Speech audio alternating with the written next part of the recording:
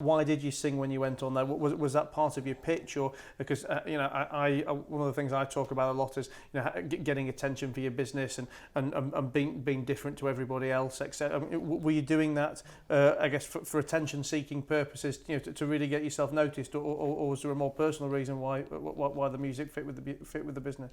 Part of the reasons why those networking occasions, I used to love them, was owning my own skill, getting to the point where I found the best of me, how to represent myself. It was part of my journey in life, and by the time I got to that point, I kind of felt that the music and putting the music and the food together was the way forward.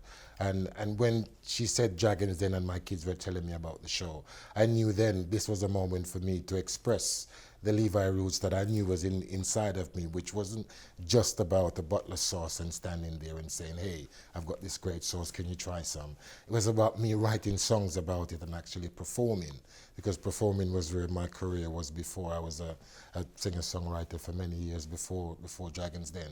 So it was putting those two things together. And of course, if you say to me you want to go on TV, first thing I'm thinking of, I want to go and perform and sing. And so it was a bit different than everyone else. And of course, I suppose the BBC was a bit worried that the song had profanities and wasn't right. So I actually had a screen test before. Oh, really? Which I don't think they normally do that.